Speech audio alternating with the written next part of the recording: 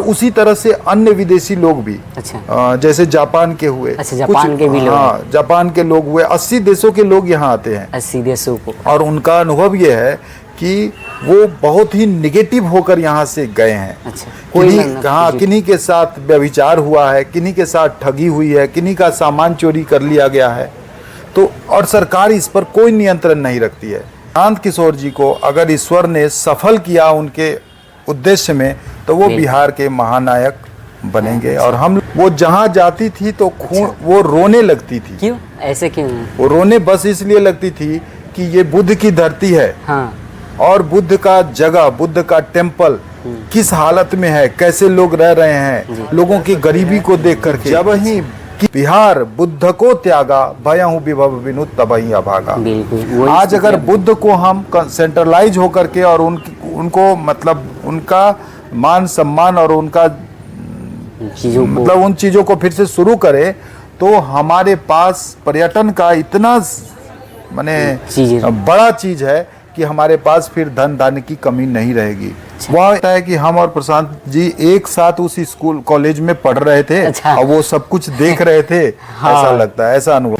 Hello दोस्तों, नमस्ते। कैसे होंगे? मुझे उम्मीद है कि आप लोग भी बहुत अच्छे होंगे। और जन स्वराज पदयात्रा के माध्यम से पिछले 18 महीने से 15 जिला पार करते हुए आज प्रशांत किशोर जी आचार संहिता लागू हो जाने के कारण से यात्रा रुकी हुई है और फिर से यात्रा चालू हो जाएगी। अभी ये यात्रा उत्तर बिहार में चल रही है, लेकिन दक्षिण बिहार में और काफ़ी लंबे समय वक्त नहीं करना पड़ेगा और दक्षिण बिहार में ये यात्रा बहुत ही जल्दी आ जाएगी। और इसी के बीच में पूरे बिहार में 10 से 12 कैंप हमारे गिरे हुए और उसी के बीच में दक्षिण बिहार में ये कैंप गया जिला में गिरा हुआ है और यहाँ पर लगभग 1 महीने से ज़्यादा हो गया। और इसी के बीच में हमारे सर मिले हुए हैं और बोध गया के रहने वाले हैं और काफ़ी ज़्यादा प्रभावित हैं इस विचार से, जन स्वराज की विचारधारा से, प्रशांत जी से। और उस धरती से आते हैं जिस धरती से लोग विदेशों से लोग आते थे पढ़ने के लिए। चलिए जानते हैं कि जो पहले मगध कहा जाता था और आज गया जिला के नाम से काफ़ी अलग अलग जिलों में बंटवा, क्या यहाँ की स्थिति है, पहले की स्थिति क्या थी, चंद्रगुप्त मौर्य के उस समय में स्थिति क्या थी, अभी कैसे, ये सभी चीज़ों को जानकारी लेते हैं और कैसे प्रशांत जी से उनकी वीडियो के माध्यम से किस प्रकार प्रशांत जी से जुड़े। चलिए जानते हैं। सर कैसे हैं? ठीक है सर, अपना परिचय एक छोटा सा दे दीजिए। मैं विकास कुमार जी, प्रॉपर सीतामढ़ी के बुद्ध नगर गांव से बिलोंग करता हूं जी। लेकिन अभी फ़िलहाल हम लोग वर्तमान में बोध गया में रहते हैं। अच्छा। और वहाँ छोटे बच्चों का एक स्कूल चलाते हैं। और प्रशांत जी के विचारों से तो मैं बहुत प्रभावित हूँ। समय समय पर उनका वीडियो आते रहता है। अच्छा। और उनका स्पीच सुनते रहता हूँ, क्योंकि मुझे उस तरह का जो वो बोलते हैं उसको मैंने अनुभव किया है। मैं अपना ग्रेजुएशन असम के कार्बी आंगलोंग डिस्ट्रिक्ट में किया, जहाँ मुझे व्यक्तिगत तौर पे नहीं सुनना पड़ा, लेकिन मुझे सुनना पड़ता था बिहारी। अच्छा। बिहारी का मतलब बिहारियों के प्रति लोगों का निगेटिव भावना, ये सब चीज़ हम लोग खुद अनुभव किए हैं। और उस वजह से हम तय किए थे कि हम बिहार में ही जाएंगे और बिहार में ही कुछ करेंगे। लेकिन हम लोग के पास तो कोई क्षमता है नहीं। एक जितनी भी चीज़ें हैं, जो भी हम सीखे हैं और जो भी चीज़ वो बोलते हैं, तो ऐसा लगता है कि हम और प्रशांत जी एक साथ उस स्कूल कॉलेज में पढ़ रहे थे। अच्छा। और वो सब कुछ देख रहे थे। हाँ। ऐसा लगता है, ऐसा अनुभव लगता अच्छा है। लेकिन जब आप उस समय असम में जाकर स्टडी करते थे, आपको मगध के समय में, चंद्रगुप्त मौर्य के समय में, नालंदा विश्वविद्यालय के समय में लोग यहाँ आते थे पढ़ने के लिए, आज हम लोग जा रहे हैं पढ़ने के लिए। इस चीज़ को, गैपिंग को कैसे आप दूर करना चाहते हैं? क्या ये संभव है? ये संभव व्यक्तिगत तौर पे तो नहीं संभव है। हाँ। क्योंकि यह जो भी चीज़ है वो राजनैतिक है और अच्छा। बड़े प्लानिंग के तहत किया गया है। अच्छा। आज़ादी के बाद, जैसे प्रशांत किशोर जी कहते हैं, हम लोग भी अनुभव करते हैं, जितनी भी बंद पड़ी फैक्ट्रियां देखते हैं कि 1970-71 तक हमारा बिहार हर क्षेत्र में सबसे आगे था। लोग अगर बाहर जाते थे तो उसका लोग मजाक उड़ाते थे कि इसको अपना घर में पेट नहीं भरता है, दिल्ली पंजाब जाके पेट भरता है। आज घर में रहते हैं तो लोग मजाक उड़ाता है कि इसको बाहर नहीं जा होता है, घर में बैठ करके बेकार बैठा हुआ है। तो ये स्थिति बदल गई और वो चीज़ कोई ताकतवर आदमी ही इसको कर सकता था। अनुभव और दर्द तो सबके पास है जी। लेकिन आगे मतलब बिल्ली के गले में घंटी कौन बांधेगा। तो हम लोगों को प्रशांत किशोर जी जैसे महानायक मिले। अच्छा। कोई अगर अमिताभ बच्चन और शाहरुख खान, सलमान खान को महानायक कहता है तो उस समय ग्लानि होती है कि जो आम जनता को लेकर के चले, जो लोगों के दर्द को समझे, गरीबों को समझे। हमारे बिहारी लोग जो बाहर काम करते हैं उस पलायन के दर्द को समझे, वैसा व्यक्ति महानायक होगा। तो हम लोग कहते हैं कि जयप्रकाश जी अगर जननायक बने हैं तो यह तय है कि प्रशांत किशोर जी को अगर ईश्वर ने सफल किया उनके उद्देश्य में तो वो बिहार के महानायक बनेंगे। और हम लोग तो माने पूरा तन मन से उनके साथ हैं।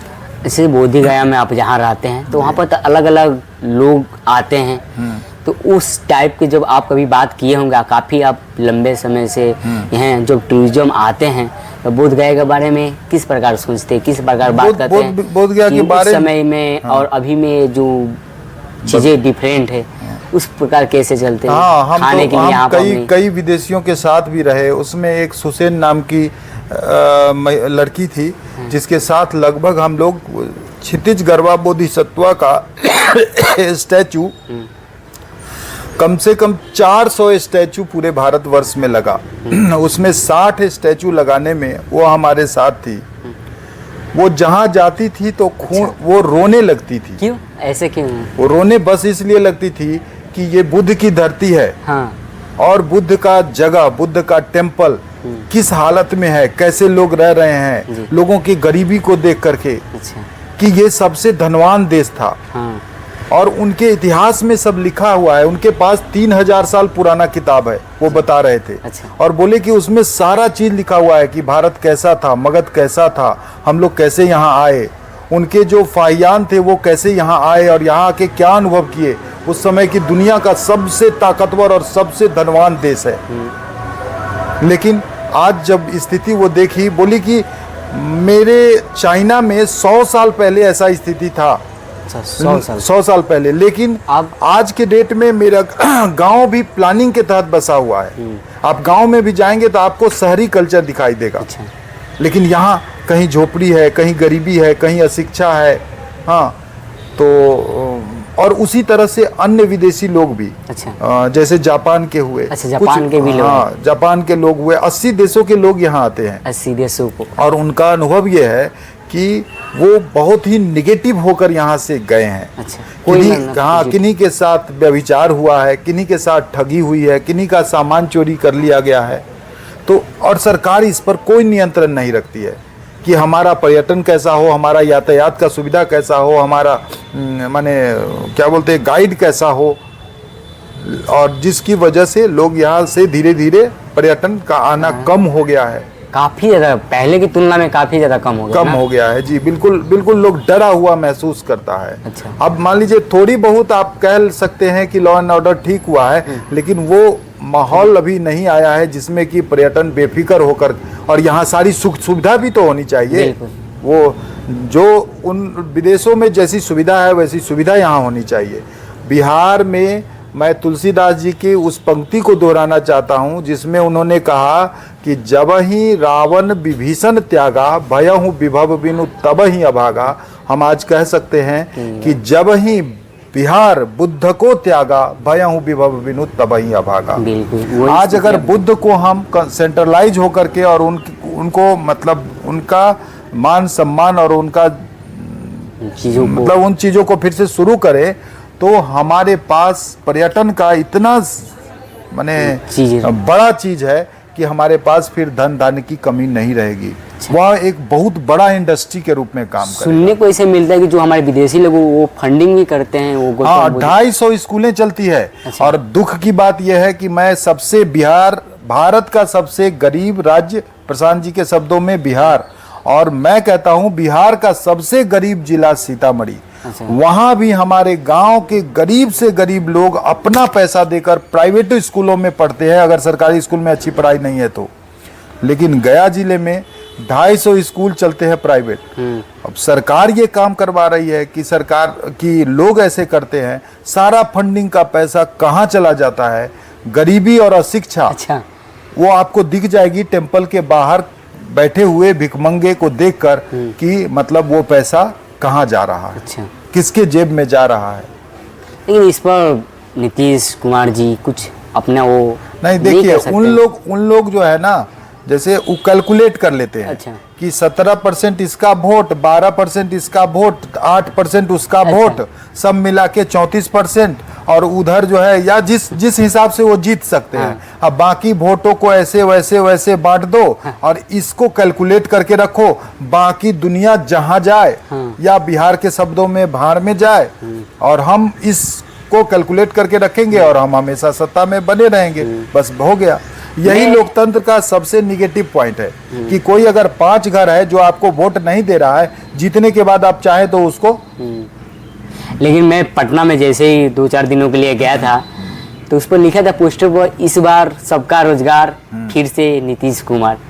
ये उनका क्या बताने का रीजन है कि सबको रोजगार मिल रहा है या सबको मिल जाएगा?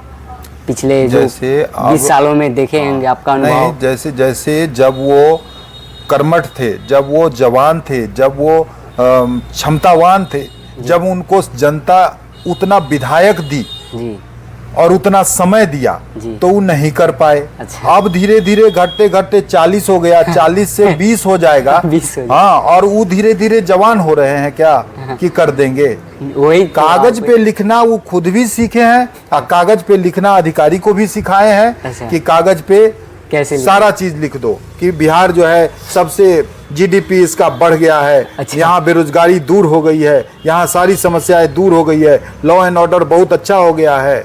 वो सभी चीज़ों को आप जब सुनते हैं कि ये सब कुछ अच्छा हो गया, और जब आप जमीन पर जाके देखते हैं तो क्या महसूस, जानता क्या बोलती है? देखिए ये बात है कि आप एक शेयर मार्केट में एक आदमी बोला कि शेयर मार्केट यही है कि आप पूरे जिंदगी खेलेंगे तो इतना ही सीखेंगे, अरे हाथ कट जाएगा अगर नहीं उंगली काटेंगे तो फट से एक उंगली काट लो। तो वही चीज हुआ है बिहार में कि हमारा लालू जी के टाइम में हाथ कट रहा था, तो नीतीश जी के टाइम में अपना उंगली कटवा करके हाथ बचा लिया। लेकिन उंगली भी तो मेरा कट ही न गया। अब हमारा काम तो नहीं हो रहा है ना, हम इतना पलायन करके बाहर जा रहे हैं, गाली सुन रहे हैं, मार खा रहे हैं, ट्रेन में माने कट रहे हैं ट्रेन के नीचे पटरी पर, आप कोरोना में देखे होंगे। तो ये सब, और नीतीश जी को इससे असर ही नहीं, क्योंकि वो तो कैलकुलेट किए हैं कि इतना % वोट हमारा है ही, हमको इतना सीट मिलेगा ही, तो हमको और काम करने का जरूरत क्या है जी। अगर प्रशांत जी से आप क्या उम्मीद कर सकते हैं? प्रशांत जी से तो 100% हमको उम्मीद है। अच्छा, उम्मीद अब हम लोगों को उनको दिखाना है कि हम एक बार आपको मौका देते हैं, आप पूरी ताकत लगा करके, और पूरी जनता जी, गरीब, मजदूर, बड़ा छोटा, हर जात का लोग, यह बेरोजगारी और अशिक्षा पर आपको एक बार मौका दे, जन स्वराज को, या मान लीजिए कि जो भी पार्टी बनती है वो मौका दे, और उसके बाद यह बात तय है कि बिहार में बदलाव आएगा। जो व्यक्ति 10 राज्यों में नया मुख्यमंत्री बना सकते हैं, जो व्यक्ति प्रधानमंत्री को राय दे सकते हैं, वो अपने बिहार में बदलाव नहीं ला सकते। उनके पास तो सारा प्लानिंग है। अब तय करना है हम जनता को कि हमको उनको क्या देना है। पूरी तरीके से सब लोग एक साथ इकट्ठा होकर करें, नहीं तो जनता फिर बंदर बाट करेगी। वो जानेगी कि इतना % वोट खाली हमको कलेक्ट कर लेना है, बाकी जनता जहां भी जाए हम कोई काम नहीं करेंगे, उसने उन लोगों को खुश करके रखेंगे। आज क्या बात हुआ, नर्स में आप देखिए किसी एक जाति का बढ़ा हुआ है, दरोगा में देखिए किसी एक जाति का बढ़ा हुआ है, उसको दूसरे से मतलब ही नहीं है। आप नालंदा का विकास देख लीजिए और सीतामढ़ी का विकास देख लीजिए। सीतामढ़ी में उनको वोट नहीं मिला तो उनको विकास ही नहीं किए। तो इस तरह का पार्शलिटी होगा तो कैसे विकास होगा? अगर मान लीजिए उन्हीं के जिला का नालंदा का आदमी सीतामढ़ी जाएगा तो उसको तो तकलीफ उठाना पड़ेगा ना। उसके घर की बेटी बहू का अगर शादी वहां हो जाएगा तो उसको तकलीफ उठाना पड़ेगा ना। उठाना पड़ेगा। क्या वो खाली नालंदे को ही एक कंट्री और कॉन्टिनेंट बना रहे हैं क्या? वहाँ यूनिवर्सिटी वहीं, सारा चीज वहीं, रोज वहाँ रास्ता बन जाता है नया, और अब सीतामढ़ी का आज 50 साल से जो रास्ता है वही आ जाए। क्या है, हमको वोट नहीं दे रहा है तो रास्ता नहीं बनेगा। अच्छा, जो वोट देगा उसी का रास्ता बनेगा। हाँ, चलिए। और और काफ़ी लंबे समय से यहाँ पर समय दिए हैं, स्कूल है। दोस्तों मैं बता दूं कि ऐसे ही कैंप हमारे पिछले बिहार में 12 से 10 कैंप खुले हुए हैं। ऐसे ही हमारे साथी आकर इस कैंप में रहते हैं, ज़मीन पर उतर के समस्याओं को देखते हैं, फिर पंचायत स्तर पर उस समस्याओं को लेते हैं और उसको ब्लूप्रिंट हमारे प्रशांत किशोर जी के नेतृत्व में बन रहा है।